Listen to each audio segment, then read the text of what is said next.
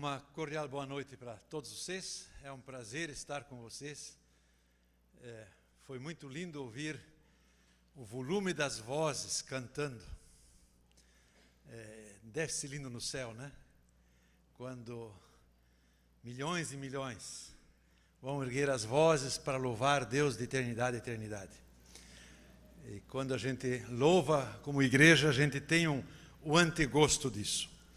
Talvez só algumas coisinhas pessoais para vocês poderem se imaginar. Eu fui, por quase 20 anos, pastor de igrejas luteranas em Santa Catarina. E há 25 anos estou na Faculdade de Teologia Evangélica em Curitiba, que é um seminário independente dentro da igreja luterana. E minha área de ocupação básica é Bíblia, mas também como diretor e professor titular por muitos anos, quase não há matéria no seminário que eu já não fui obrigado a dar. Então, isso me fez viajar por vários mares diferentes. Muito bem. Sou casado com Úrsula, ela pretendia vir junto, mas não pôde vir. Temos 5 filhos e, por enquanto, 9 netos, mas eu já pus uma meta maior para os filhos, né? Pelo menos chegar nos 12. Vamos ver se eles chegam lá. Muito bem.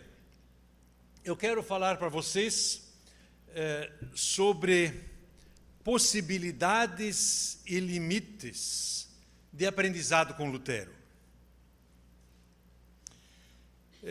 Eu dividi a minha fala em 4 blocos. Nós iniciaremos revendo as avaliações que se fez de Lutero nos últimos 500 anos. Depois, procuraremos entender o papel da Bíblia na sua trajetória. Em terceiro lugar, olharemos para o enfoque fundamental da leitura bíblica de Lutero.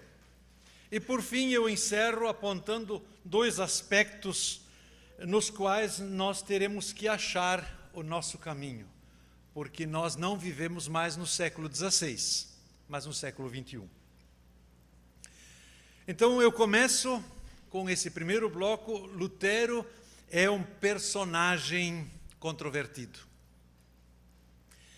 Quem passa de revista como Lutero foi entendido, interpretado nos últimos 500 anos, constata que ele foi visto de diversos modos.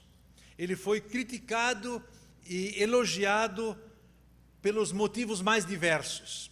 Eu vou destacar os que me parecem os mais importantes. Eu começo com o Concílio de Trento, que aconteceu poucos anos depois da morte de Lutero, e no qual a Igreja Católica, na verdade, se formatou doutrinariamente nos moldes como nós a conhecemos nos países de fala latina. A Igreja Católica no norte da Europa não é bem igual ao do sul dos Alpes, não é? Então, para o Concílio de Trento, Lutero era o protótipo de um revolucionário que minou a ordem estabelecida e a unidade da Igreja. Não deve ser difícil achar alguém que considera Lutero um agente do diabo. Como o Brasil foi marcado por séculos pela Contra-Reforma, o catolicismo que veio para o Brasil era o catolicismo da Contra-Reforma, sem que houvesse reforma no Brasil, fora os franceses que tiveram por algum tempo aqui no Rio de Janeiro, não é? Então, a marca do catolicismo brasileiro, até bem pouco tempo atrás, tinha essa marca de Contra-Reforma e tinha essa visão de Lutero como alguém que, falando benignamente, alguém que destruiu a unidade da Igreja.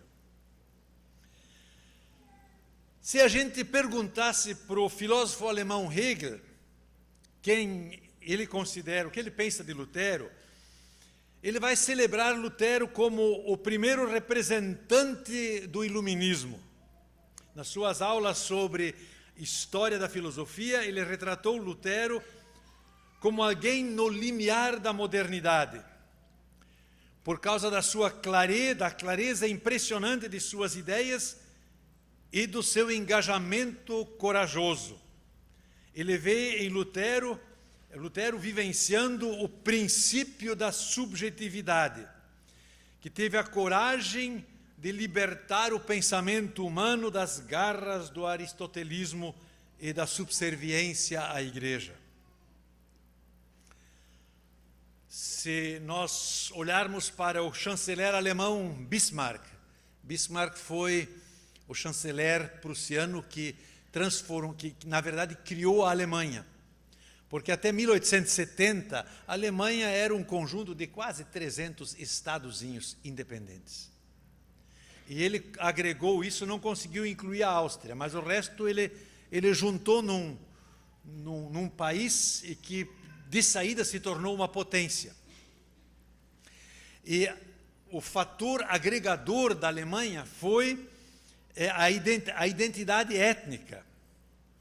E essa identidade cultural e étnica, ela gerou uma ideologia que a gente chama de pan-germanismo, não é? do conjunto de ideias da Alemanha.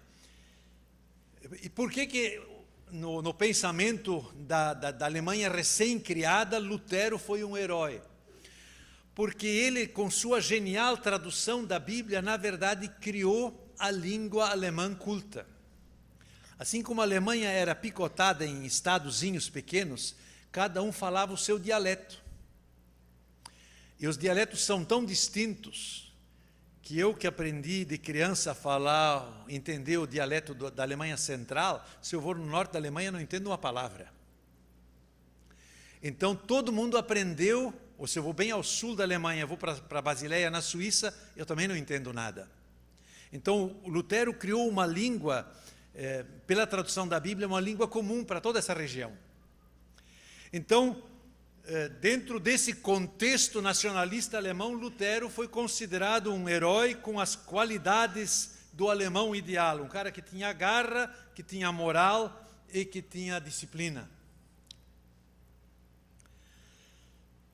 Agora, se você perguntar aos nossos historiadores marxistas, né, praticamente aos nossos cursos de história pelo Ocidente inteiro nos últimos 30 anos, navegam em mares marxistas e ideologia marxista. Eles vão dizer que Lutero foi um reacionário subserviente dos príncipes. Por que eles dizem isso? Por causa da Guerra dos Camponeses. Na verdade, por todo o século XV, quer dizer, 100 anos antes de Lutero, houve por toda a Europa Central revoltas de agricultores contra os fidalgos donos das terras. Mas com a reforma, e especialmente fomentado por dois pregadores da reforma, Thomas Müntzer e Karlstadt, a revolta dos camponeses se tornou um fenômeno generalizado em 1524, 1525, por todo o sul da Alemanha. E Lutero, no processo dessa guerra, teve um papel dúbio, ou ambivalente. No início, ele disse, os agricultores, com a ajuda de Thomas Müntzer, elaboraram 12 tópicos que eles queriam ver reformados. E Lutero comentou num escrito dele que essas exigências não eram descabidas. Quando esse livreto saiu, os agricultores se encorajaram e começaram matanças, assaltaram conventos, que muitas vezes eram proprietários de grandes terras, e mataram todos os monges e as freiras. Então a carnificina começou, e quando ela estava em andamento, Lutero escreveu um outro livreto chamando os príncipes a criar ordem. Mais ou menos que nem ontem em Brasília chamaram o exército, né? Ainda bem que recolheram.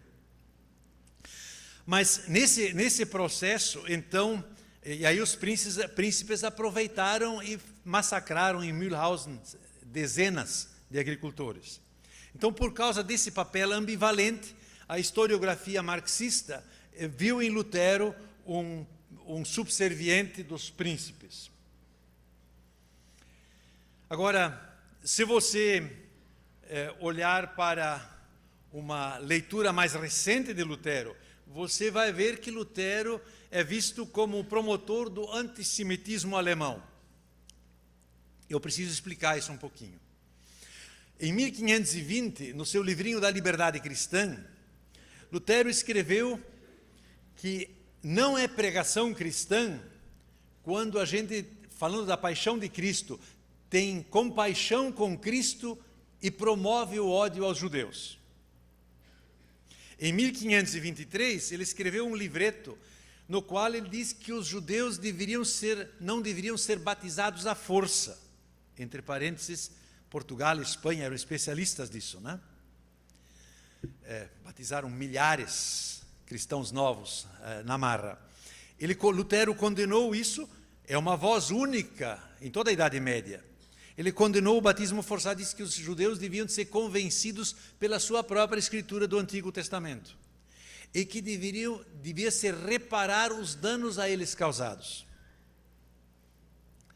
Mas 20 anos depois, ou 23 anos depois, já velho, Lutero, amargurado, eu não posso contextualizar aqui as causas imediatas, ele escreveu 2 livretos contra os judeus, onde ele diz que eles deviam ser deportados da Alemanha. Esses 2 últimos livretos acabaram esquecidos. O livro de 1523, por 300 anos, foi a regra para as igrejas evangélicas na Europa, no tratamento de judeus. Mas em 1879, o chanceler Bismarck, de quem eu falei ainda há pouco, deu aos judeus na Alemanha cidadania plena. O primeiro país na Europa a conceder cidadania plena foi a Alemanha. Os outros estados não deram, naquele tempo, aos judeus cidadania plena.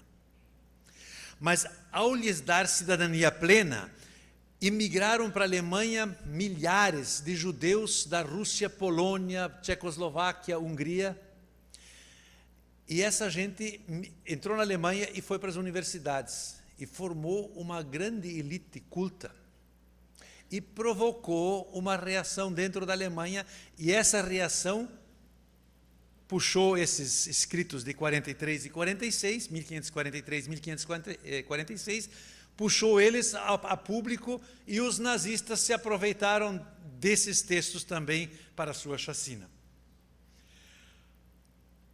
Pois bem, em 1883, dentro do programa da unificação da Alemanha, da promoção da cultura alemã, se iniciou uma publicação das obras completas de Lutero. Ela é chamada Weimarer Ausgabe, são 127 volumes, a edição começou em 1883, terminou em 2009. São 127 volumes, tudo tipo enciclopédia, 500, 600 páginas cada um, tamanho dicionário desse porte, letra miúda, 80.000 páginas de texto. Bom, com o acesso a toda a obra de Lutero, naturalmente os pesquisadores alemães muito disciplinados se puseram a estudar esse conjunto e descobriram ainda um outro Lutero. Um Lutero que eles chamam de um homem medieval que tinha um temor terrível das tentações do diabo e que se refugia em Deus. Ainda há pouco foi mencionado essa coletânea. Eu penso que nessa coletânea você tem os principais livros que a gente devia de conhecer de Lutero. Ninguém precisa conhecer, eu não conheço a AVA, não, eu conheço um que conhece um pouquinho aqui. Mas essa coletânea aqui faz uma boa coleção. E por quê? Ela coleciona obras do Lutero mais jovem, quer dizer, em torno de 1520 e 1530, nesse espaço de tempo, onde ele escreve com vigor e com afinco, e não experimenta amarguras digamos, as confusões que houve na Reforma. Bem, eu tenho 2 comentários a fazer sobre essas diversas perspectivas em que se vê Lutero.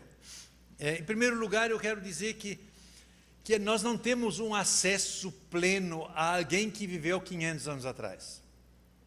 O filósofo alemão Gadamer, ele observou que o horizonte de uma época é distinto de uma outra, e os nossos horizontes não são lineares. Isso significa, se o nosso horizonte fosse linear, e o horizonte de Lutero fosse linear, as duas linhas podiam encostar. Mas os nossos horizontes são circulares, de modo que quando eles encostam num ponto, onde eu pus a flecha aqui. Então, se você reolhar essas diversas abordagens, você vai ver que cada um enxerga em Lutero algo que tem a ver com sua história, com seu modo de ver as coisas.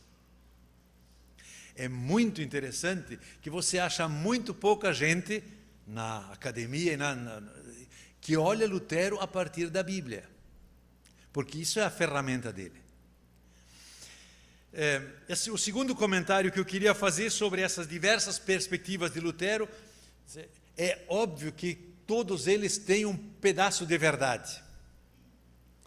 Mas é bom a gente colocar e contrapor a isso o que Lutero pensava de si mesmo.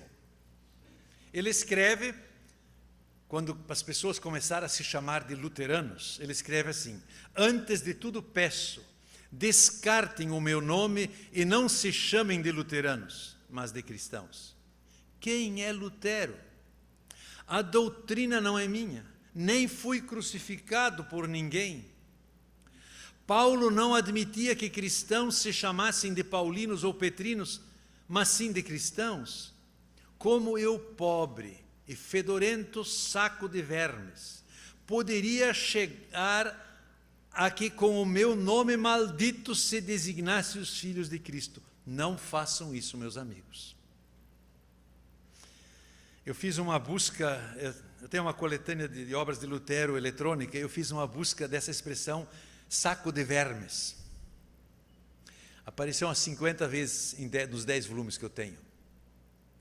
Lutero gostava de usar essa expressão em relação a si. Ainda há pouco já foi mencionado que o Cavaco faz uma boa dissertação sobre que nós somos piores do que nós imaginamos. E Lutero não se iludia a respeito de si mesmo.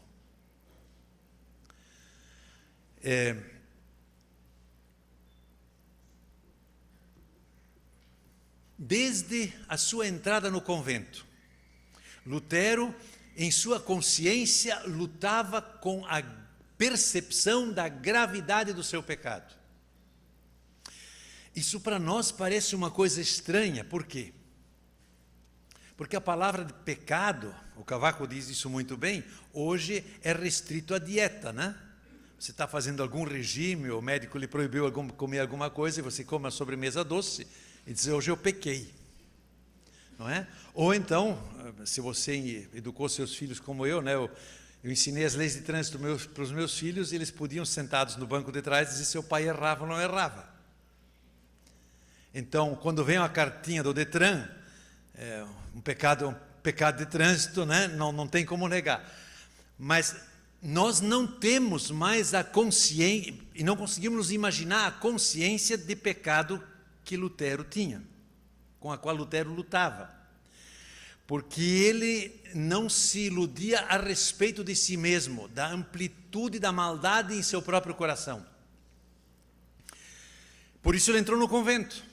E no convento o superior dele ficou desesperado, porque Lutero fazia todos os exercícios de disciplina espiritual, e depois de cada exercício, mesmo que ele tivesse se flagelado até desmaiar, ele voltava e dizia para eles: mas a realidade do pecado ainda está aqui. E o Staupitz, o superior, não sabia o que fazer com ele, mandou ele estudar a Bíblia. Melhor coisa que ele pôde fazer.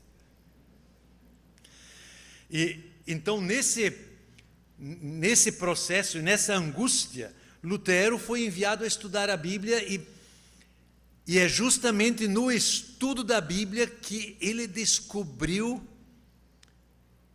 a esperança para alguém que é pecador, que sabe que nele mesmo não habita bem algum. E isso fica muito bem expresso numa confissão de fé que Lutero faz, que é muito pouco conhecida. Lutero diz assim: até agora, pela minha maldade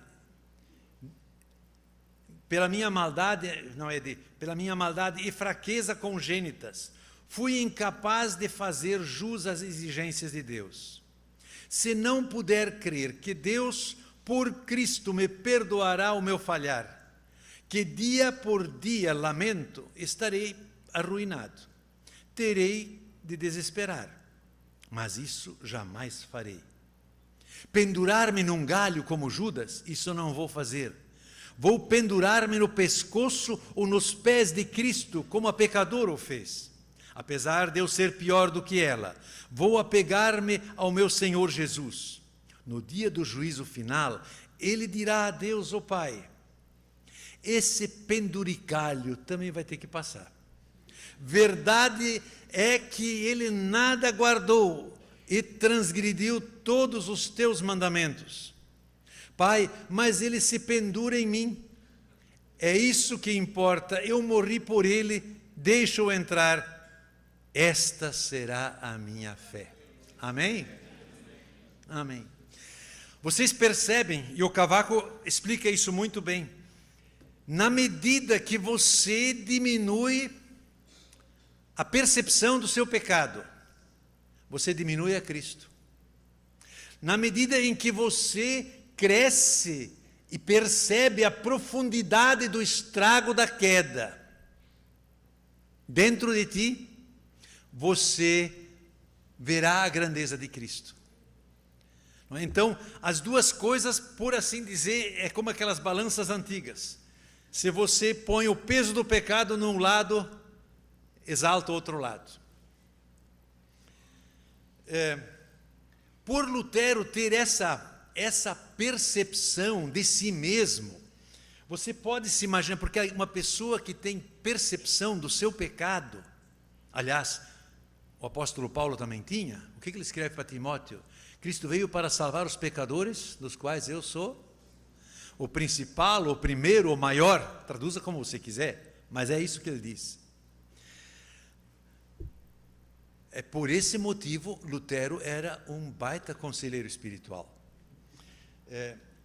Eu não tenho dúvida que esse chinês aqui realmente explorou um bom tema. Lutero como conselheiro espiritual. Eu fiz, no começo desse ano, uma palestra onde eu analisei 6 cartas de Lutero a pessoas em crise. Um que estava condenado, um dos primeiros mártires evangélicos na Bélgica, uma pessoa moribunda, uma pessoa desesperada. E é bonito de ver como ele pôde consolar. Mas quem pode consolar? Quem experimentou consolo. E quem experimenta consolo? Quem admite os seus problemas. Quem não admite seus problemas não experimenta consolo e não consola. Agora a gente pergunta de onde Lutero tirou essa confissão de fé. Ele a tirou das Sagradas Escrituras. Então o segundo bloco que eu quero tratar é o que diferencia a leitura bíblica de Lutero. Ora, havia muita gente lendo a Bíblia naquele tempo. Pelo menos nos conventos, nas faculdades de teologia, se o povo comum também não tivesse acesso à Bíblia. O que a gente precisa entender é que o conceito, a afirmação de Lutero que somente a Escritura, não é só um conceito formal onde a gente diz, bom, aqui está a Bíblia. Mas essa expressão diz mais. Em primeiro lugar, Lutero aprendeu a pensar a partir da Bíblia. Como ele era uma pessoa realmente inteligente, capaz, ele tinha percebido que todos os caminhos do seu pensar, da lógica humana, o levavam para um beco sem saída. E na leitura da Bíblia, ele descobriu que lá ele encontrou um norte para a sua vida. É impressionante como ele, em 1521, quando ele foi levado à presença do imperador Carlos V, em Worms, no parlamento alemão, ele no final, no segundo dia, ele teve que dar uma fala breve, uma resposta breve da sua posição.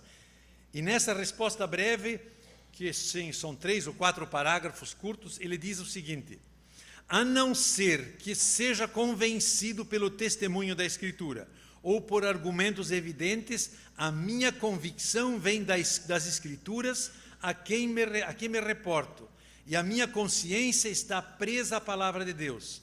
Nada consigo nem quero retratar, porque é difícil, maléfico e perigoso agir contra a consciência.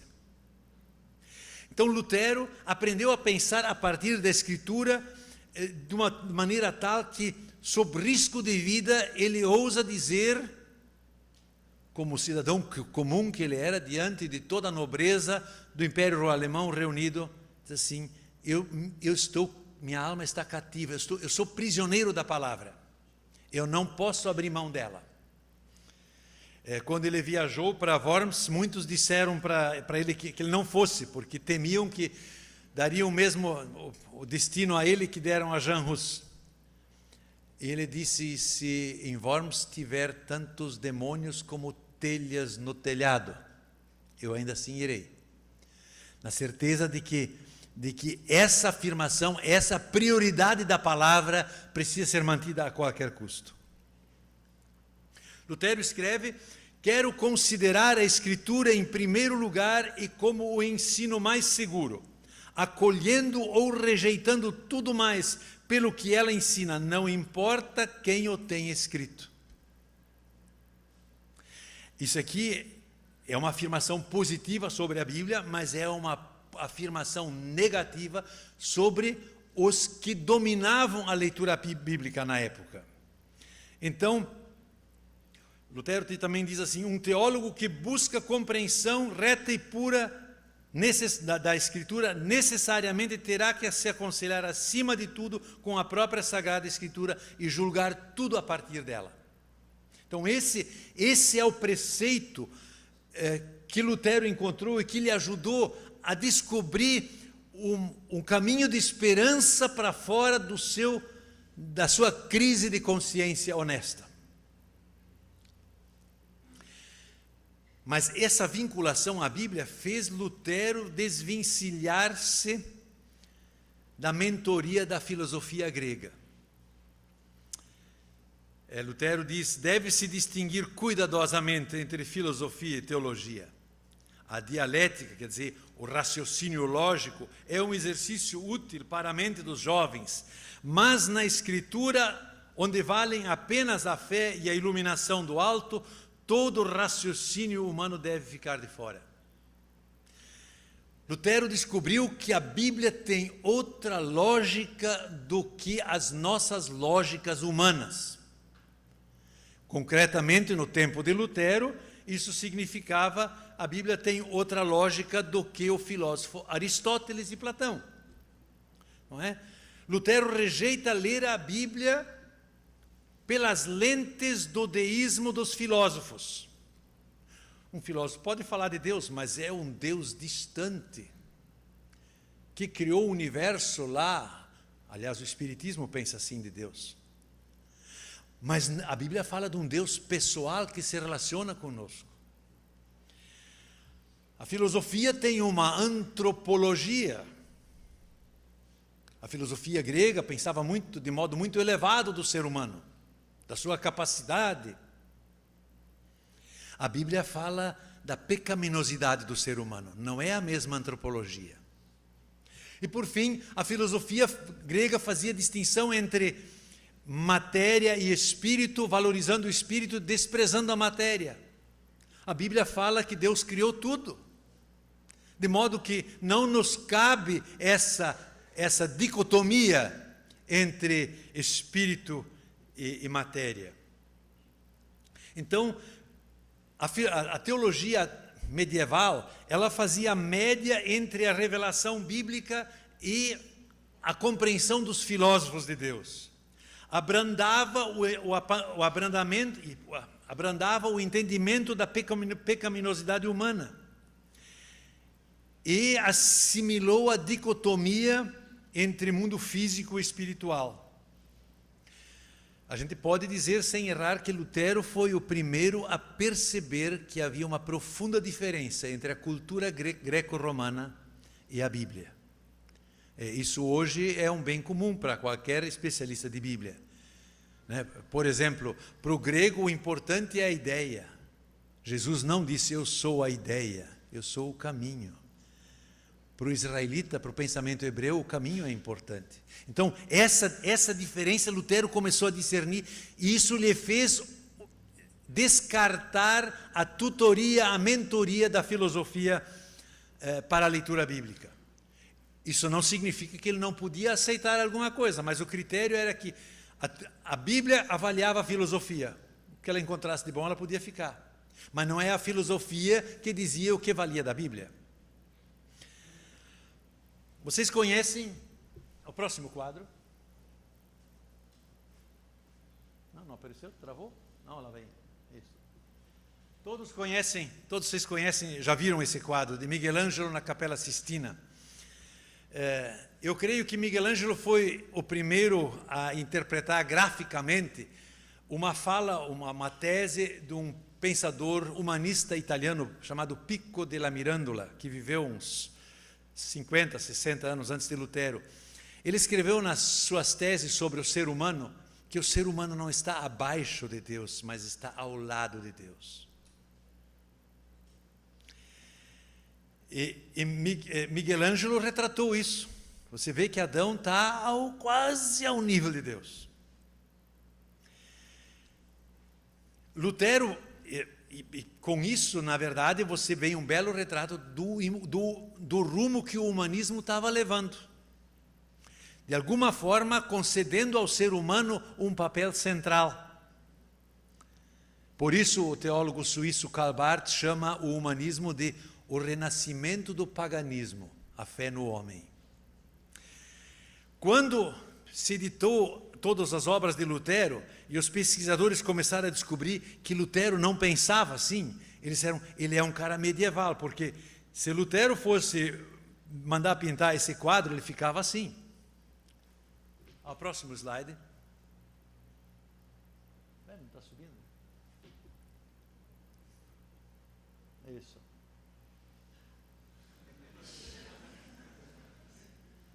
Para Lutero, não é questão que Lutero é alguém medieval. É verdade que a Idade Média pensava assim. Mas Lutero diz, não, eu não posso abrir mão da diferença entre criador e criatura. Porque no momento que eu coloco... Qual foi o motivo da queda de Adão e Eva? A serpente não disse, como Deus sereis? E qual é a nossa grande tentação? Nós queremos ser como Deus. E a visão bíblica é essa, Deus é Senhor e nós estamos abaixo dele. Não tem como mudar essa posição. É por isso que muitos intérpretes modernos de Lutero o consideram um homem medieval. Não, ele é um homem bíblico. O que marca seu modo de pensar é a cosmovisão bíblica. Aliás, isso é um tema que nós vamos precisar prestar atenção nos próximos anos. Porque nós temos que aprender a distinguir entre o que é a cosmovisão, como é que o mundo se enxerga e como é que a Bíblia nos ensina a enxergar o mundo. Vai ser uma tarefa desafiadora nós fazermos isso. Então, para Lutero, a primazia do testemunho bíblico sobre o pensar humano é algo que não está em discussão. E para Lutero, a submissão à palavra bíblica e a cosmovisão que ela implica. Deus criou o mundo, por meio de Jesus, seu Filho amado, Ele nos resgatou e vai concluir sua obra no final dos tempos. Esse grande cenário que a Bíblia descreve, isso é a cosmovisão na qual Lutero aprendeu a se encaixar e da qual ele aprendeu. Bom, disso resulta uma pergunta incômoda para nós hoje. As filosofias vigentes em nossa época determinam a nossa leitura bíblica ou a nossa leitura bíblica avalia e determina o nosso modo de pensar? se a gente passa de revista como a Bíblia foi lida nos últimos 100 anos, só dou alguns exemplos.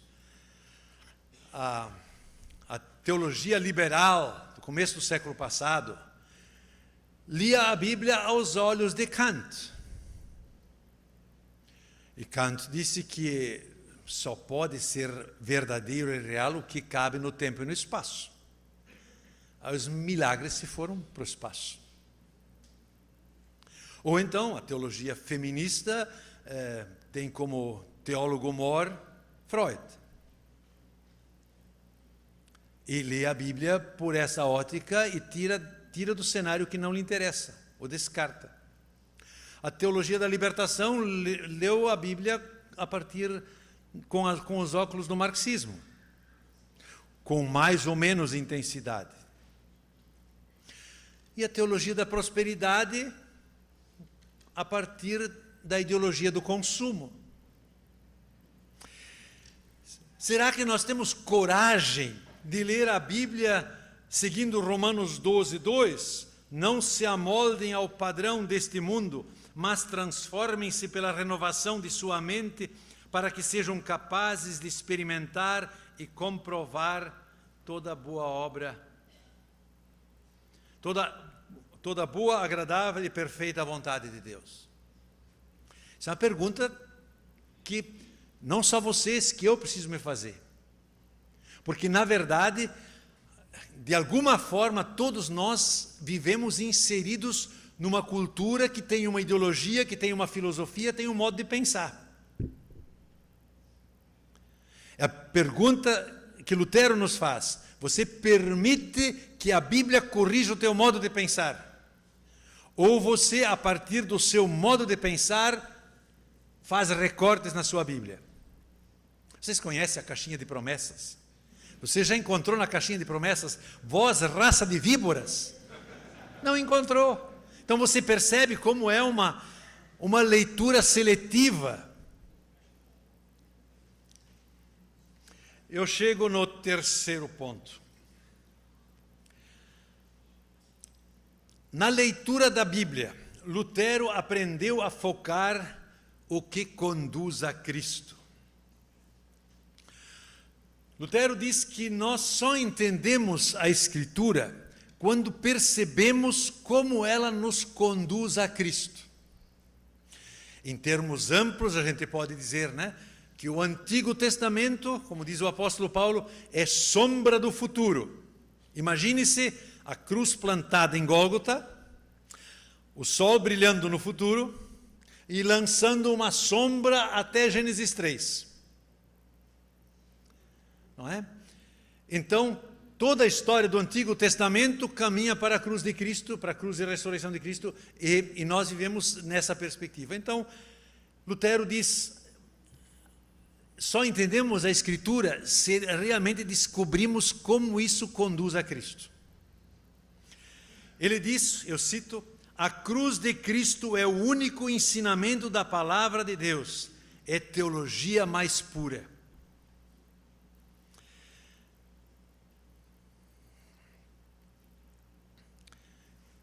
O próximo quadro.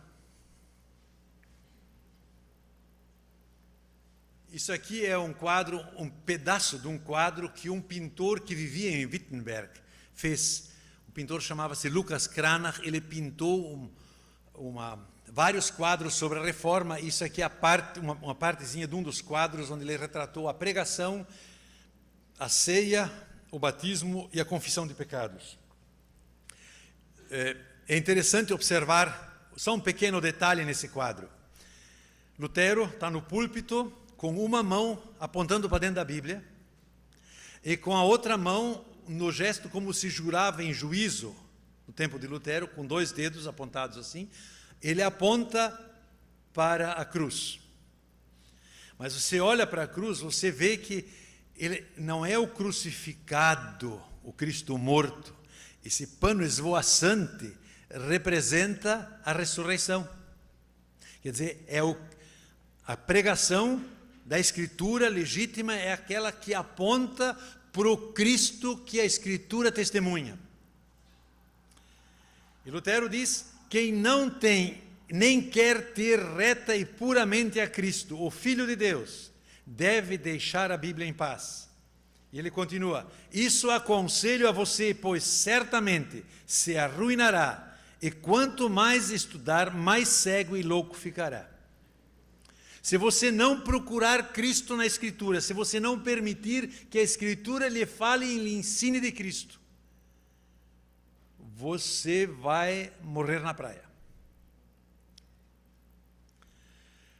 Agora, conduzir a Cristo, a Escritura conduz a Cristo, não ao Cristo que eu me imagino, mas ao Cristo que ela testemunha. O Cristo da teologia da libertação, da teologia da prosperidade, de alguma forma, é um office boy que vai arranjar as coisas que eu quero.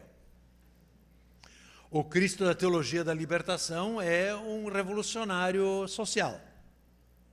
Isso são cristos imaginários nossos. Como o Lutero de Hegel era um Lutero imaginário de Hegel. Não. O Cristo ao qual a Escritura conduz é o Cristo que a Escritura testemunha, vero Deus e vero homem, que morreu pelos nossos pecados e ressuscitou por nós. Lutero chega a escrever: jamais quis ter um outro pensamento do que este: a ressurreição aconteceu para mim. Como é que Lutero descobriu isso? Foi na leitura do Salmo 31, versículo 1 e 2. Mais ou menos, a gente não tem data exata, mas foi por volta de 1512, quando ele começou a dar aulas de Bíblia na Universidade de Wittenberg, quer dizer, 5 anos antes das teses. Ele recebeu a incumbência de ensinar os Salmos, e chega no Salmo 31, e lá diz assim: em ti, Senhor, me refugio, nunca permitas que eu seja humilhado, livra-me pela tua justiça, e inclina os teus ouvidos para mim, vem, livra-me depressa, sê a minha rocha de refúgio, uma fortaleza poderosa para me salvar. O hino Deus é Castelo Forte está inspirado nesses versos. Mas o que chamou a atenção para Lutero aqui foi que livra-me pela tua justiça. Porque ele esperava que lá tivesse escrito: livra-me pela minha justiça. Livra-me pela obediência que eu te presto. E esse versículo fez ele ler a carta aos Romanos com outros olhos, percebendo que a justificação, a aceitação por Deus é uma dádiva graciosa que Deus nos dá imerecidamente. Isso muda o cenário. Então, essa descoberta de que na palavra de Deus, Deus graciosamente faz e ela anuncia que Deus fez tudo pela nossa redenção em Cristo Jesus. Como é que essa redenção acontece? Esse aprendizado acontece, de ser conduzido a Cristo. Lutero distingue dois passos. O primeiro passo, ele diz: a lei diagnostica a doença, o Evangelho concede o remédio. Se você lê nesse livro aqui, tá, da Liberdade Cristã, está aqui dentro, é um livreto de umas 30 páginas, nem dá isso. Ele descreve, no primeiro passo, diz assim: a primeira função da palavra de Deus é ser como um raio em noite escura, que ilumina toda a nossa vida e revela todo o pecado. Então, a função da palavra de Deus como lei é de apontar para o nosso pecado.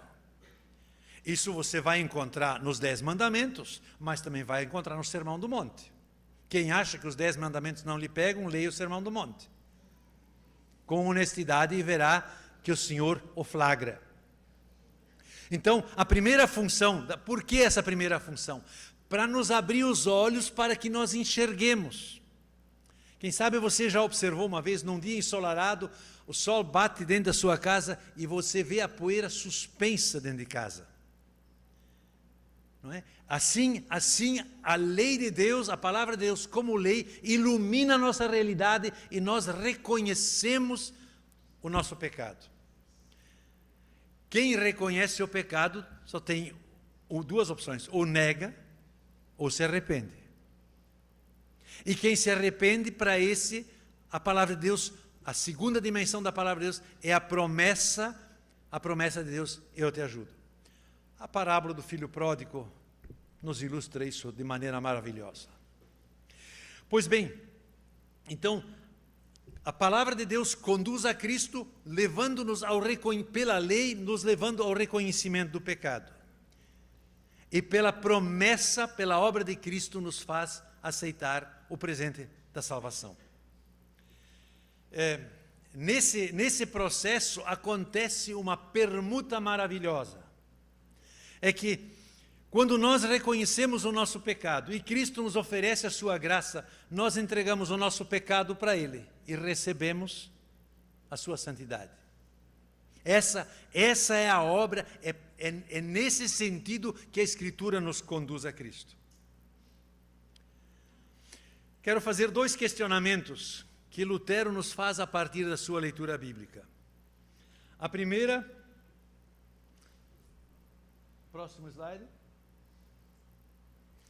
A primeira pergunta: em Cristo ainda pode haver distinções? Eu, lamentavelmente, não encontrei nenhum retrato protestante para isso, então eu peguei alguns cardeais aqui. Mas não é para ser anticatolicismo, não, né, já que eles cederam estacionamento para nós aqui. Mas, no tempo de Lutero, né, essa divisão era fundamental. A igreja estava dividida entre clero e leigos. E uma das conclusões que Lutero já tira na liberdade, quando ele escreve a Liberdade Cristã, ele diz assim: se o nosso acesso a Deus é por meio da obra de Cristo, não há outro intermediário. Isso significa o acesso a Deus é dado a todos, de modo que a distinção entre líderes da igreja e membros da igreja é só uma distinção de função, não de nível.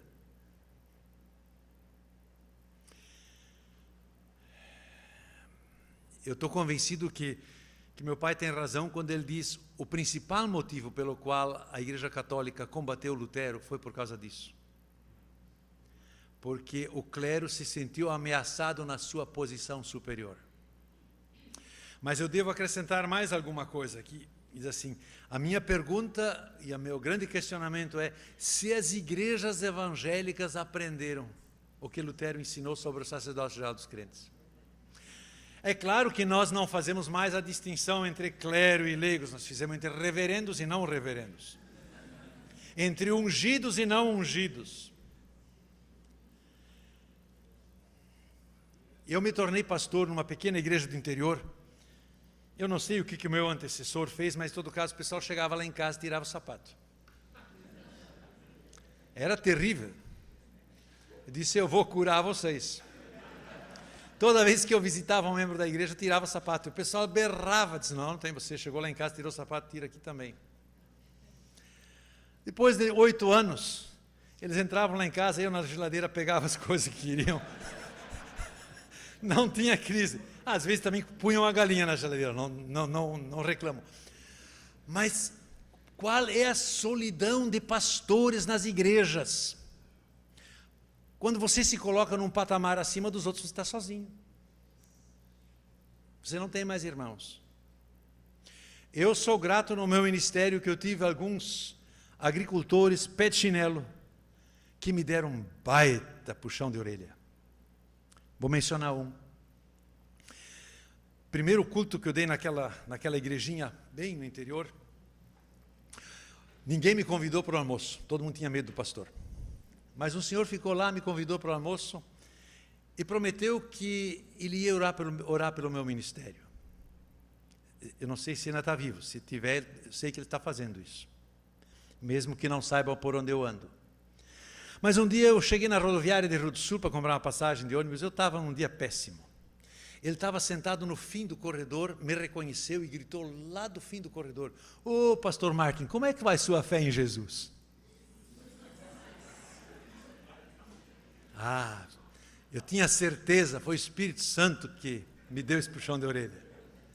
Sou grato a Ele por isso. Mas quando você não sobe em patamar, isso não significa que eu não sou pastor, que eu não tenho tarefa, que eu não tenho função. Mas qualquer criancinha da escola dominical está no mesmo chão perante Deus do que eu estou. As igrejas evangélicas que não aprenderem a lição do sacerdócio geral dos crentes vão desaparecer do mapa. Porque um dos grandes motivos de pessoas abandonarem as igrejas é conflito com os pastores.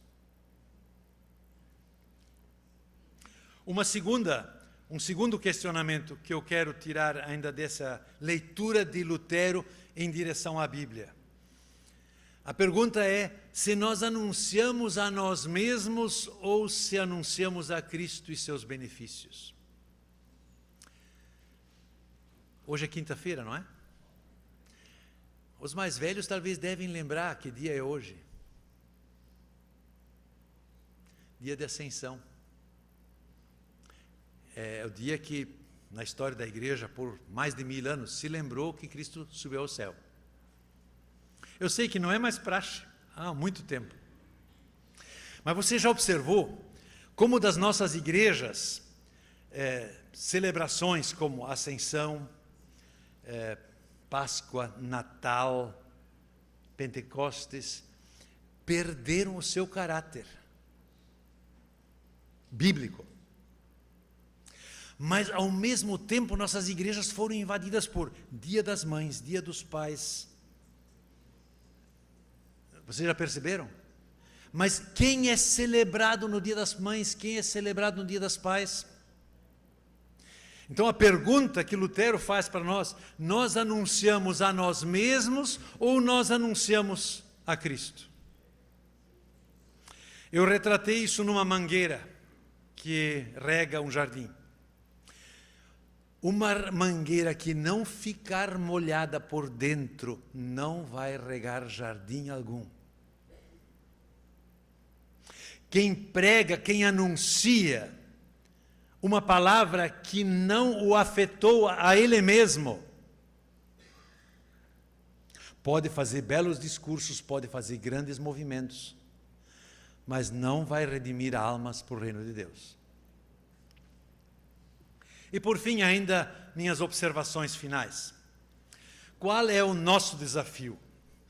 Nós vivemos num outro tempo do que Lutero. Um exemplo bem simples. No tempo de Lutero, a Bíblia era autoridade, inclusive para os católicos.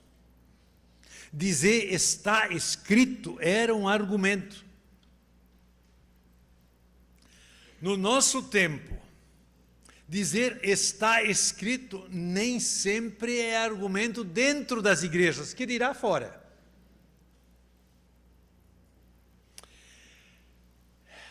Isso significa que nós precisamos aprender a enfrentar um desafio muito diferente do que os reformadores, aí pode incluir Calvino, porque para eles citar a Bíblia, explicar a Bíblia era um argumento.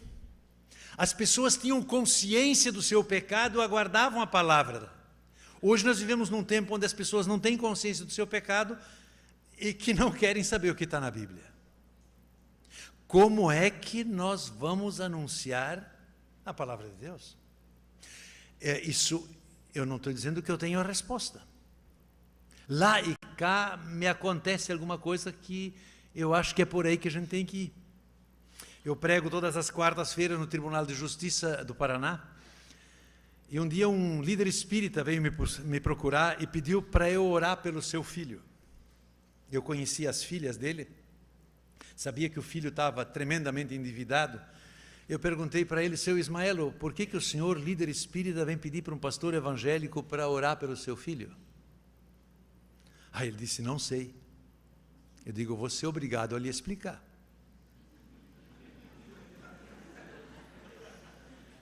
Ele disse, pois não. Eu disse, o seu filho está endividado, não consegue pagar a dívida, $6 milhões, uma coisa assim.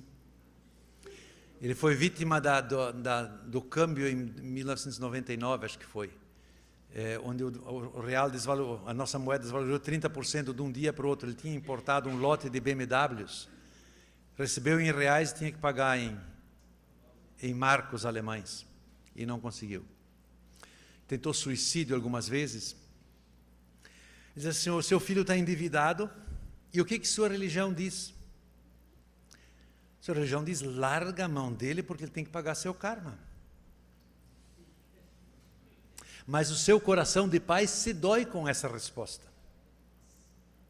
Dentro do seu coração tem uma luta entre o seu coração de pai que ama o filho, e sua religião que diz, ele tem que pagar seu karma. Foi isso que o Senhor disse para sua esposa quando ela estava morrendo. Porque eu acompanhei ela. Aí ele disse, de fato, para o meu filho, só a religião evangélica faz diferença. Eu disse para ele, não, para o seu filho não, para o senhor também. Eu continuo espírita, diz ele. Anos depois, ele participou de uma celebração de Natal que eu fiz. Ele disse para mim, continue fazendo isso. Depois adquiriu Alzheimer, eu nunca mais tive uma conversa lúcida com ele. Mas o que significa testemunhar o Evangelho nesse contexto? É primeiro desmontar o circo que o pessoal se montou. E como tem muito tipo de circo por aí, tem tarefa para mais de metro. Não é verdade? Como é que a gente aprende a fazer isso? Normalmente errando. Eu já apanhei muito de espírita em conversa. Então, meu querido irmão, minha querida irmã, aceite a tarefa de anunciar o Evangelho por nosso tempo, não é de Lutero, é nossa. E nós vamos ter que aprender a fazer isso. Eu falei da cosmovisão, no próximo slide. Eu recortei mais uma vez o retrato Hoje não tem mais Deus no cenário. As pessoas imaginam um mundo sem Deus. Na cosmovisão moderna, Deus desapareceu. Outro dia, eu escutei no meu escritório a conversa de 3 jovens, a filha do meu vizinho e dos 2 sobrinhos dela. Os 2 meninos convidaram a menina de 15, 16 anos para participar do grupo de jovens. E ele disse assim, quando a gente está no 2º grau, não é mais tão fácil crer. É isso. Aonde as igrejas evangélicas perdem a maioria dos seus jovens? Na universidade. Porque nós não os capacitamos a questionar e a refletir sobre a cosmovisão que os cerca. Como é que eu vivo da cosmovisão bíblica num contexto em que Deus não tem lugar? Então isso é um desafio, não é? É um desafio. O que sobra por ser humano que está só, que está sem Deus? Ele acaba crendo em si. O Cavaco chama isso de o Deus da barriga. Aliás, o Cavaco, esse autor aqui, é batista, mas é bem luterano. Tem um estilo provocador como o de Lutero. Eu li com gosto esse livro. Eu acho que é a mais simples introdução sobre Lutero que eu já vi. Então, você não perde a viagem, vai ler como um romance. Mas se o ser humano está só, o que sobra? Sobra o Deus da barriga, sobra ele ser Deus. Então nós temos que aprender a conversar sobre a cosmovisão que nos cerca e aprender a interagir nesse contexto, com sabedoria e com propriedade. Outro dia meu filho me falou de um mestrando que ele tem na universidade, crente, querido, mas chato. Vem só sabe dar bibliada nas pessoas. Não. Eu penso que nós temos que fazer podemos aprender com Santo Agostinho. Santo Agostinho foi o último grande teólogo que veio num tempo onde a maioria não era cristã. Os filósofos consideram ele um filósofo. Ele argumentava pela razão até encurralar o cara num canto que ele não podia escapar. E daí ele trazia a palavra bíblica. É isso que nós temos que aprender a fazer. E por último, eu creio que um assunto que fica pendente do tempo da Reforma é a relação entre fé e amor. Vocês talvez não saibam, mas quando Lutero traduziu Romanos 3:28, ele acrescentou uma palavrinha ao texto bíblico. Eu leio o texto, né? Pois sustentamos que o homem é justificado pela fé independente da obediência da lei. E Lutero incluiu a palavrinha somente, né? O homem é justificado somente pela fé. Pois outro dia perguntaram ao Papa Bento XVI o que ele achava desse acréscimo de Lutero. E o Bento XVI deu uma resposta muito boa. Ele disse: se a fé inclui o amor, então Lutero estava certo. Se exclui o amor, ele estava errado. Concordo com Bento XVI, e se Lutero fosse vivo, ele ia concordar também. Porque se você lê o livrinho da Liberdade Cristã, os últimos 10 capítulos falam do amor e da obediência. Qual era o problema de Lutero? Lutero achava que se alguém crê de verdade, ele automaticamente, por si, por gratidão, vai fazer o bem. O que fez Lutero ficar amargo quando ele percebeu, apesar de ele pregar todas as noites na igreja em Wittenberg. Eles tinham missa com pregação toda noite. E por isso nós temos tantos volumes de prédicas de Lutero, porque ele ia lá, abria a Bíblia e explicava ela. Ele via tão pouca mudança de vida. Calvino viveu uns 20 anos depois. Ele já enfatizou a questão da obediência. Os metodistas são até um pouquinho mais disciplinados ainda, né? Na ênfase na disciplina, no método, né? Claro que, qual é o problema dos luteranos? Quando você diz, não, a fé tem que, a obediência tem que ser automática, tem que nascer por si, você fica um liberal relaxado. Qual é o problema quando você enfatiza a obediência? Você se torna um legalista. E às vezes o legalismo cristão é notícia dos grandes jornais, né? Eu li hoje na BBC que nos Estados Unidos, num colégio de segundo grau, uma moça de 18 anos ficou grávida. E ela decidiu não fazer o aborto. E o colégio cristão não permitiu que ela participasse da formatura porque ela envergonhou a sua classe. É terrível esse processo, onde, né, então os dois desequilíbrios entre legalismo e liberalismo. Como achar um caminho do meio? Eu não vou dizer que Lutero não achou ele para si, pessoalmente. Mas eu devo admitir que quando 200 anos depois, no início do pietismo, o líder dos pietistas, Spener, olhou para os luteranos e ele disse assim: o luterano é um cidadão de 2 andares. No andar de cima mora um santo, no andar de baixo um beberrão. Eu quase pensei que aquela caneca fosse de cerveja, mas é de café, né? Como juntar essa questão de fé e obediência? Por que eu pus esses 2 retratos? Porque eu acho que Jesus, nas suas parábolas, nos dá uma pista. Vocês todos conhecem a parábola da ovelha perdida. E também conhecem a parábola do filho pródigo, do mais novo. Essas 2 narrativas têm o mesmo propósito, mas tem uma grande diferença.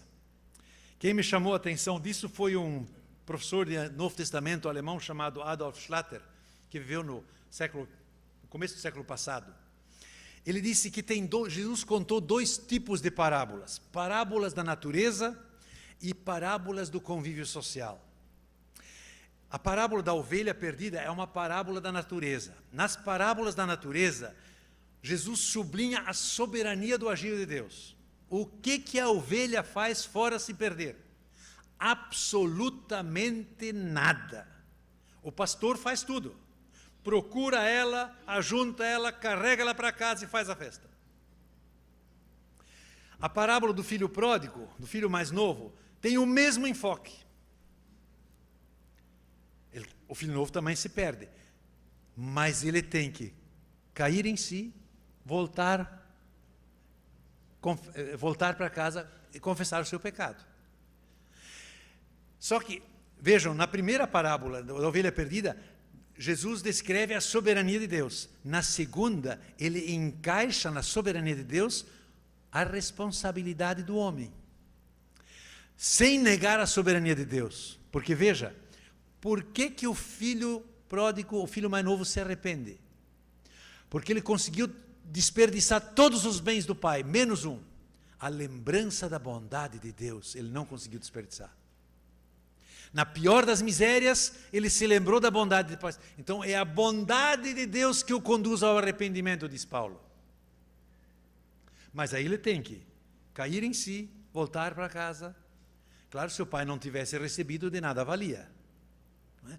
Mas você vê, e essa afirmação do Adolf Schlatter, para mim ajudou muito, porque de repente, uma coisa que logicamente eu não consigo juntar, porque se eu digo assim, Deus faz tudo, a lógica diz, então eu não faço nada. Se eu faço alguma coisa, então Deus não faz tudo, né? Logicamente, as duas frases são contraditórias.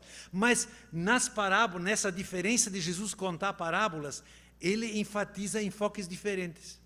Então, quando você encontra alguém que diz, não, eu preciso me converter, conte para ele a parábola da ovelha perdida. É Deus que tem que fazer isso em você. Quando você encontrar um evangélico relaxado, conte para ele a parábola do filho pródigo. Que a graça e a paz de nosso Senhor Jesus esteja com todos nós. Amém? Professor Martin, dá os parabéns ao irmão primeiro pela palestra maravilhosa, nesse ano que é tão importante para nós, protestantes, por causa dos 500 anos. E eu vou trazer para essa primeira pergunta, abrindo esse momento, antes dos irmãos fazer chegar as suas também, e trazer aqui à memória um professor chamado Marcelo Timóteo, que é professor de História do Brasil, aqui na Universidade Salgado de Oliveira, um especialista em catolicismo, convidado para algumas rodas para falar de catolicismo, muito presente na PUC, inclusive. O Marcelo Timóteo, ele tem uma frase que eu acho belíssima, que ele diz que todo grande acontecimento de Lutero para cá só foi possível em função de Lutero ter uma tese muito clara, que foi a justificação pela fé. O grande acontecimento que se dá na reforma vem em função dessa tese clara que Lutero tinha, que era a justificação pela fé. Achei interessante por ser ele um historiador católico, um especialista, reconhecendo isso. Eu queria que o irmão pudesse compartilhar conosco acerca dessa afirmação dele. Na verdade, a justificação pela fé é o resultado da percepção, eu sou pecador, e do fato de que a Escritura conduzir o pecador para Cristo. Porque o resultado disso é a justificação, né? A palavra justificação podemos traduzir também por aceitação por graça. Porque a palavra justificação, às vezes, a gente entende mal, porque a gente entende ela como um termo jurídico. Ele é um termo jurídico, mas ele também é um termo relacional, que expressa a acolhida por Deus. E sem dúvida, Lutero respondeu uma pergunta que estava ardendo no coração das pessoas naquele tempo. No nosso tempo, a pergunta que arde no coração das pessoas não é da justificação, mas é do sentido da vida. Então nós temos que aprender a interpretar o que a Bíblia ensina sobre a justificação da fé, pela fé, em relação ao que dá sentido da vida. Porque a vida só tem sentido se eu me sinto acolhido por Deus, como diz Santo Agostinho, né? Irrequieto é o meu coração, o coração do homem, até que ele encontre repouso em ti. Então, é uma outra forma de falar da justificação. Então, nós temos que aprender a conectar com as perguntas que as pessoas realmente fazem. No caso, então, hoje em dia, a justificação pela fé, embora importante, ela não promoveria aquela revolução toda, porque hoje não é essa a pergunta principal que anda se fazendo. É que, digamos assim, eu acho que um cristão evangélico precisa conhecer, saber esse pano de fundo, mas nós temos que saber interpretar isso para as questões do nosso tempo. Perfeito. Não, a verdade não muda. O que muda é a forma como essa verdade chega no dia a dia das pessoas. Perfeito. E no caso, pensando, professor, na Igreja Evangélica Brasileira, a gente tem novas indulgências por aí, né? Inclusive, os alunos do seminário congregacional estão aí, e no seminário a gente conversou sobre isso uma vez, dizendo que as novas indulgências são piores do que a da Idade Média, porque pelo menos lá se pagava para ir morar com Deus. Hoje se paga, né, para prosperar. O céu não é uma questão mais, não é o destino final. Então nós temos novas indulgências. Achei muito interessante esse quadro que mostrou que Lutero elimina as distinções na época dele. As distinções voltaram. Nós temos apóstolos, nós temos donos de igreja, né? Cada vez mais essa distância. E aí eu pergunto, diante desse cenário, dessa igreja evangélica, qual seria o principal desafio para uma nova reforma em solo brasileiro? Eu creio que aí a gente tem que dizer com Lutero, só tem levando a Bíblia a sério. Quer dizer, na medida em que nós levamos a palavra de Deus a sério, a nível de nossa vida pessoal, a nível de nosso convívio na igreja. Porque de repente, porque o que Lutero fez com a Bíblia? Ele permitiu que a Bíblia criticasse as práticas da igreja do seu tempo. Se nós permitimos que a Bíblia critique as práticas de nosso tempo, ou da nossa vida, nós vamos ter que fazer correções. Então, mesmo o nosso convívio de família passa por esse processo e por esse crivo. Então, na medida que a palavra de Deus realmente é palavra que rege a nossa vida, ela vai moldar isso. E se você olha quais são os testemunhos impactantes. Esses dias eu li uma biografia de uma mulher que foi feita prisioneira em 1914 na Rússia. Ela era alemã, tinha ido para a Ucrânia ajudar a tia a cuidar dos bebês que ela tinha, e permaneceu prisioneira de guerra em campos de concentração até 1967, 54, 55 anos. O que me impressionou na história dessa mulher, porque essa biografia foi montada a partir das cartas, ela escrevia cartas que chegaram na Alemanha, as cartas que eles mandavam de volta não chegavam. E no cabeçalho de cada carta ela escrevia um versículo bíblico.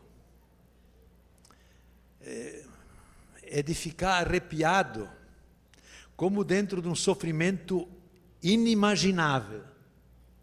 De repente alguém se apega à palavra de Deus e vive dela.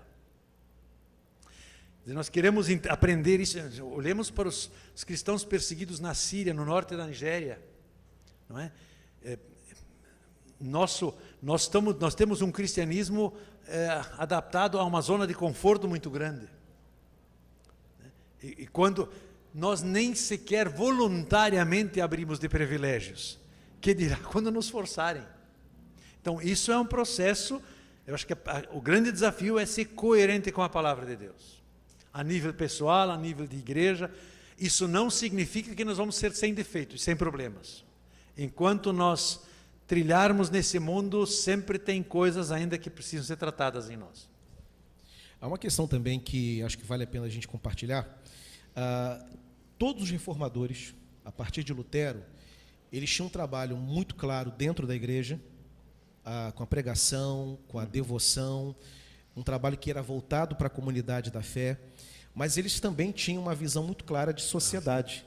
Sim. Escreviam voltado para a sociedade, um trabalho de inserção.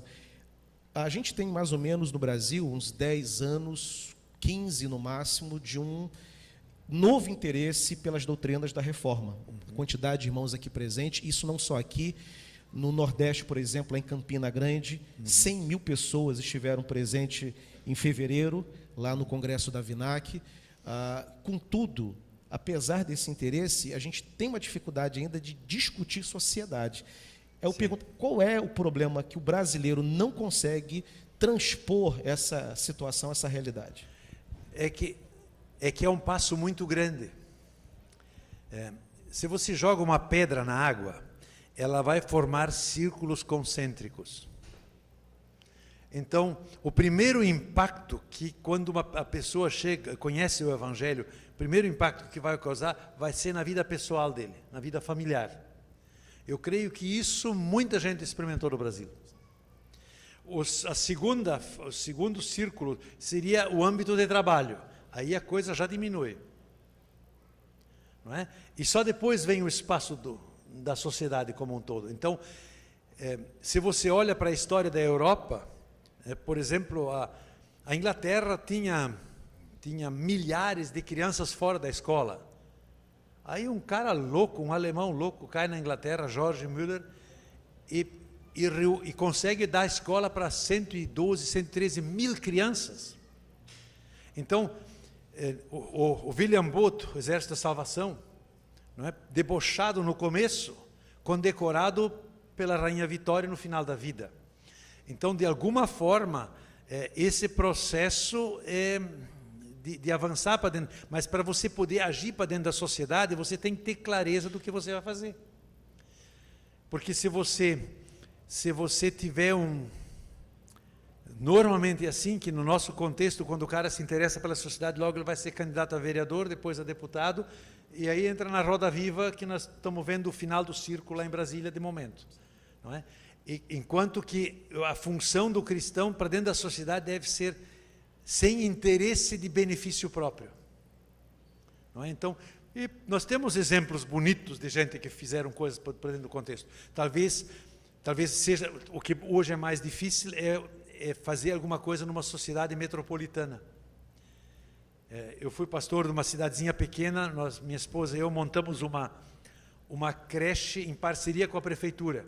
A igreja deu o prédio, a prefeitura pagou os professores e deu uma merenda e nós demos as tintas. Quer dizer, dissemos como a escola devia funcionar. Uma escola, hoje tem até a 9ª série, funciona há 30 anos, premiada para mais de metro. Você imagina uma escola pública municipal, onde para conseguir matricular crianças na pré-escola, os pais ficam uma semana sentados dia e noite na frente da porta da escola para conseguir vaga. E é uma parceria público-privada. Só que naquele tempo que nós fizemos isso, era ilegal. Não tinha como fazer isso. Foi no fio do bigode. Não é? Então, num contexto pequeno, limitado, você pode fazer uma coisa. Numa região metropolitana como o Rio de Janeiro, a gente é uma gota dentro de um oceano de confusão. Mas isso não deve desprender a gente de fazer coisas. Né? Quando nós adotamos o nosso 5º filho, nossos filhos já eram adolescentes, quando adotamos um menino que estava moribundo, eu descobri que na minha igreja tinha mais de 100 crianças adotadas. Eu nunca tinha percebido isso. Mas no interior, antigamente, era assim, né? Alguém não dava conta de criar uma criança, entregava para o padrinho. Ou tinha uma freira católica no hospital, quando via que uma moça ia ter um filho que não ia cuidar dele, que deixava a criança no hospital, ela conhecia alguém que não tinha filhos e entregava, né? Até que um dia o promotor descobriu. Mas o promotor, antes de prender a freira, ele me chamou e perguntou o que ele devia de fazer. Eu disse, olha, o senhor pode prender ela, mas o senhor pode ter certeza que o senhor vai ser apedrejado. E eu vou ajudar a tirar pedras. Aí eu fui lá na freira e disse para ela, irmã Paulina, não faça mais isso porque eles querem lhe caçar. Mas você vê que o regime antigo era muito mais sensato do que os processos de adoção hoje, que uma criança fica 6, 7 anos num abrigo porque não consegue mediar uma adoção. Então, eu acho que um espaço que nós precisamos explorar é agir na sociedade dentro dos contextos seculares. Não é? Alguém que é professor, meu filho tinha um professor de química que era crente. Ele disse, pai, ele volta e meia só dá assim um bombom do evangelho, mas tão bem colocado que vale 10 aulas de religião. Então, isso são desafios que estão pela nossa frente.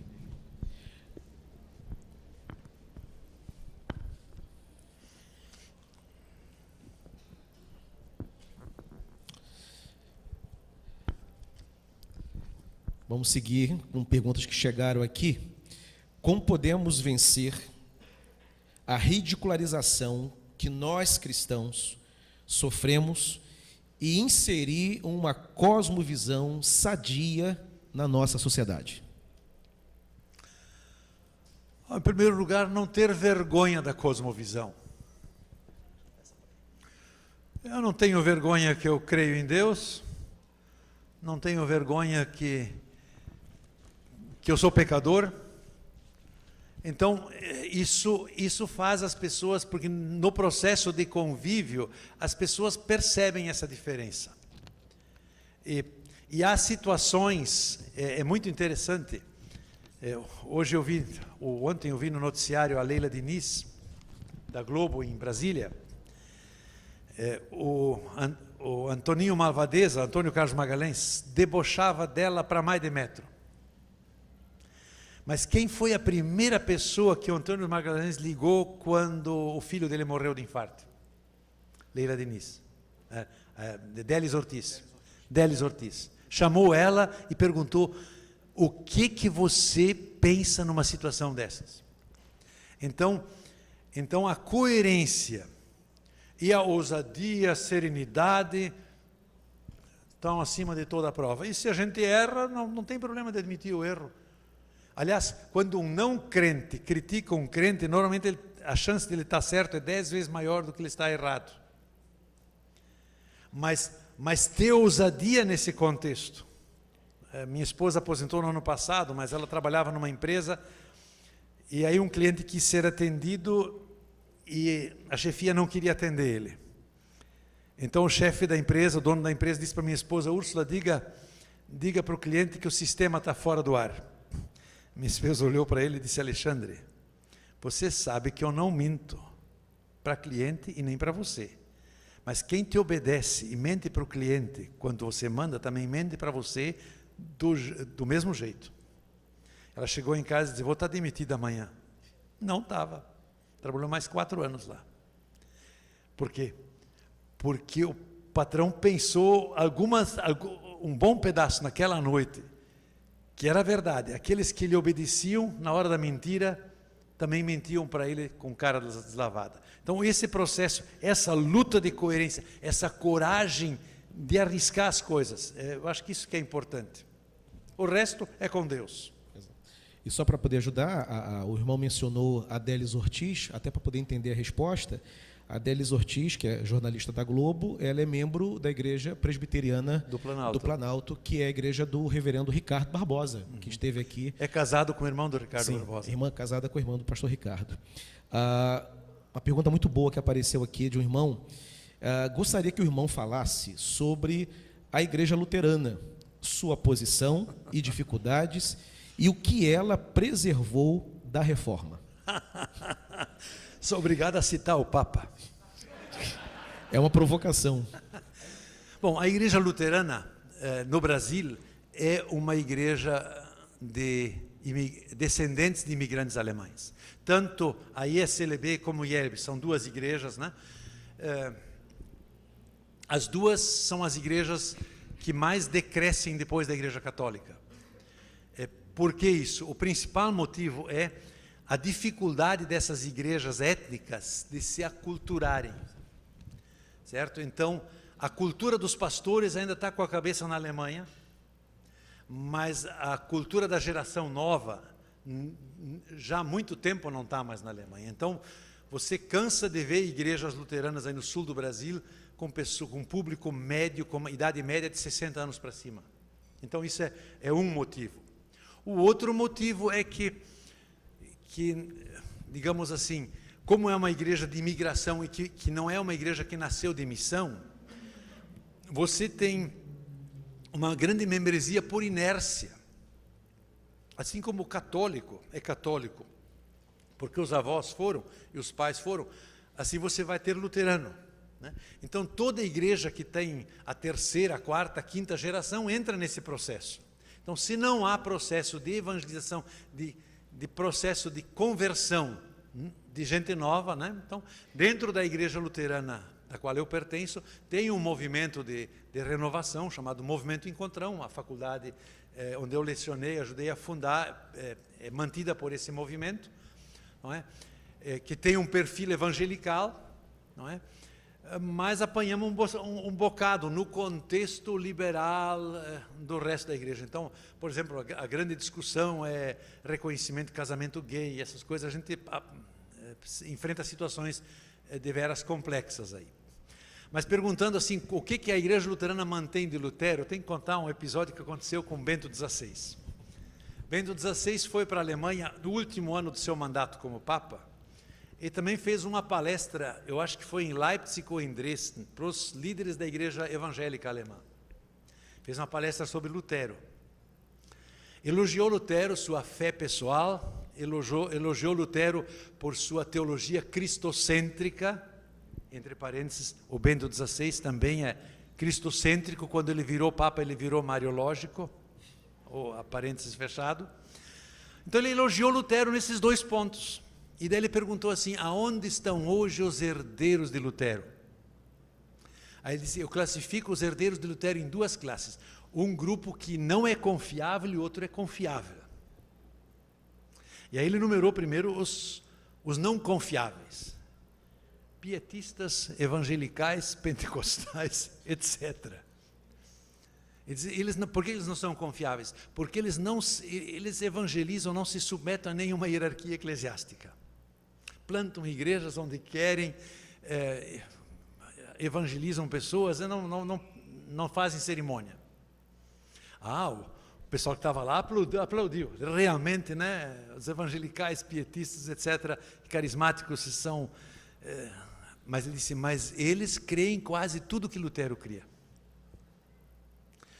Daí ele elogiou os outros, né, os líderes de igrejas históricas, assim, estabelecidas, que têm hierarquia, dá para negociar com o alto escalão sobre como se entende justificação pela fé, chegar a um acordo diplomático, etc., né? E daí ele terminou dizendo, mas esse time confiável quase não acredita mais nada do que Lutero acreditava. E gerou um furor terrível. Eu li um artigo de um bispo alemão que reagiu em cima disso, mas eu tive acesso à palestra do Bento XVI também, né? Eu devo dizer que o Bento está com a razão. Então, na verdade, essas placas de igreja não ajudam nada. Se você disser assim, olhar para o passado, eu me considero, claro que aprendi com Lutero, mas também aprendi com Calvino. E também aprendo com a reforma radical de um Karlstadt ou do pai dos menonitas. Então, nesse processo, quer dizer, o passado pertence a todos. Se eles fizeram uma coisa certa, vamos aprender com eles. Fizeram uma coisa errada, não precisamos continuar no erro, não é? Então, eu realmente só posso dizer assim, eu estou luterano, eu não sou luterano. Luterano para mim é um termo de geografia, não é de ciência. Eu concordo profundamente com Lutero quando ele disse que ninguém se chamasse pelo seu nome, né? Eu acho que também ninguém pode se chamar de calvinista, porque, na verdade, você diminui a importância de Cristo na sua vida. A última, não sei se vai chegar mais alguma, mas eu gostaria de encerrar, caso não chegue, a questão de 500 anos de reforma, vários lugares do Brasil, não só no Brasil, mas o mundo inteiro, os países de tradição protestante compartilhando desse tema. E uma vez eu li uma crítica feita, dirigida ao calvinismo, dizendo que o calvinismo se apoderou do discurso da reforma, onde os principais congressos, você tem uma quantidade expressiva de calvinistas falando, compartilhando, trazendo a história da reforma, e esses mesmos congressos nem sempre cuidavam de abrir espaço para que a outra tradição legítima da reforma, que é a tradição luterana, trouxesse também a sua contribuição. Eu queria ouvir de um luterano como é que analisa essa crítica que foi feita ao calvinismo, se o irmão concorda.